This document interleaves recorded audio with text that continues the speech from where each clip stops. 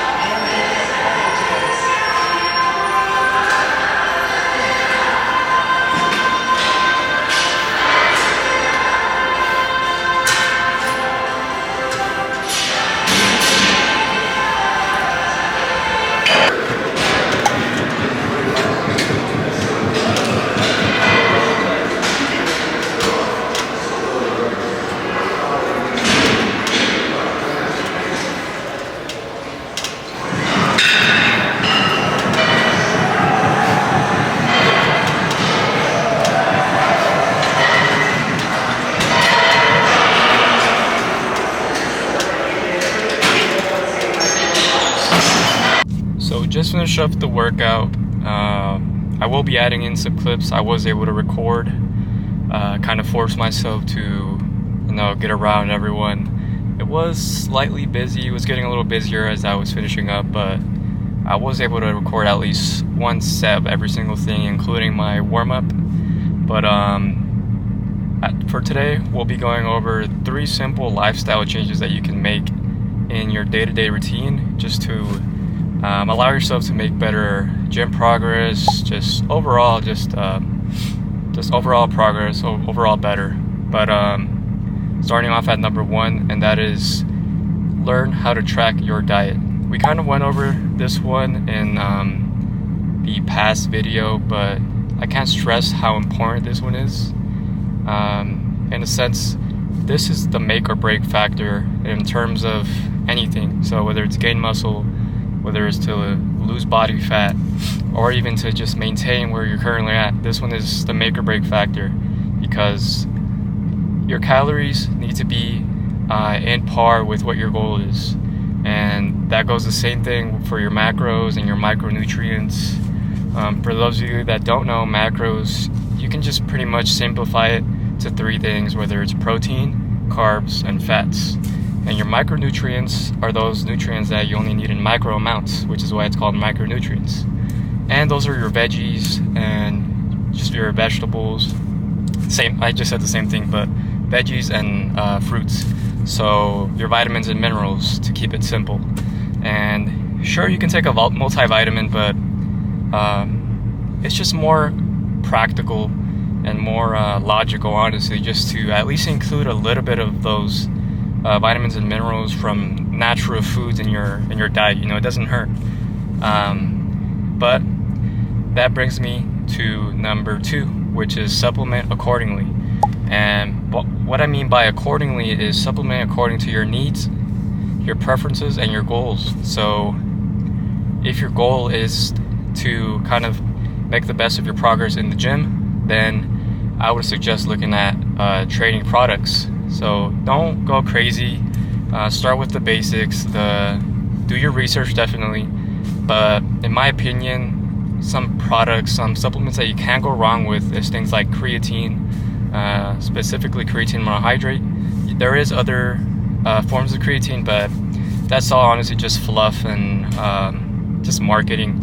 You really only need the basic form, which is creatine monohydrate. That one has the most research out of all of them. But it's really affordable as well. That's the main thing why I would suggest taking it. I do have I think I have a reel or a short of it, if you're wondering just overall just how it works, creatine, how it goes in your body, what the benefits, what the side effects are.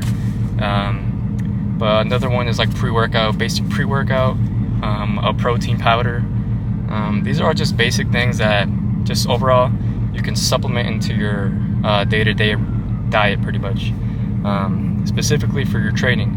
So obviously your protein, you need it to repair, to grow.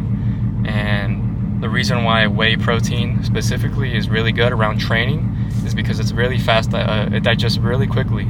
And that's really important around training, because that's when obviously you're providing your muscles with the most stimulus, and they need those nutrients to pretty much repair and to allow yourself to grow. But the pre-workout, obviously for the energy levels, for the pump, that's one of the main reasons I would suggest a pre-workout.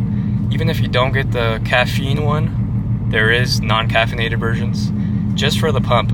And I highly suggest you just try different ones and find which ones work for you, because there's tons of flavorings, and some people find certain ingredients to be very damaging to their stomach, for example, or they don't like those itchiness. Not all of those have that. So the itchiness is mainly derived from a specific ingredient called beta-alanine. So as long as you stay away from that and you don't like the itchiness, you'll be good to go. But we went over those. And then there's your health products, which you can't go wrong with. No one has a perfect diet to the point where you don't need these supplements. For example, nobody eats enough fish, enough just overall like omega products, such which is your various fish sources, but no one includes those enough in their diet. There's no way. So this is why an omega is a very important product to include in your diet.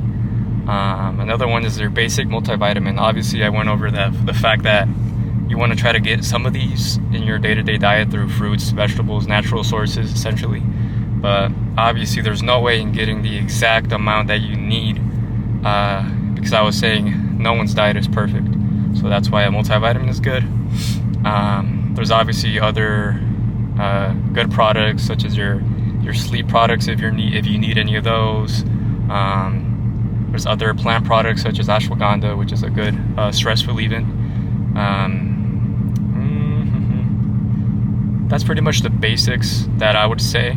But obviously there's a bunch of other things dependent on your personal environment preferences, such as vitamin D. If you live somewhere where it's very cloudy all the time and you rarely get sun because you work inside, for example.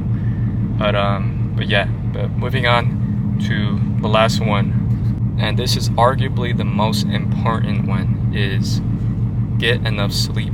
So I can't stress to you how important sleep is, not just for your basic health, your energy levels, whatever it is. In terms of training, this is a huge component, whether it's for growth, whether it's for training performance, whether it's to progress efficiently.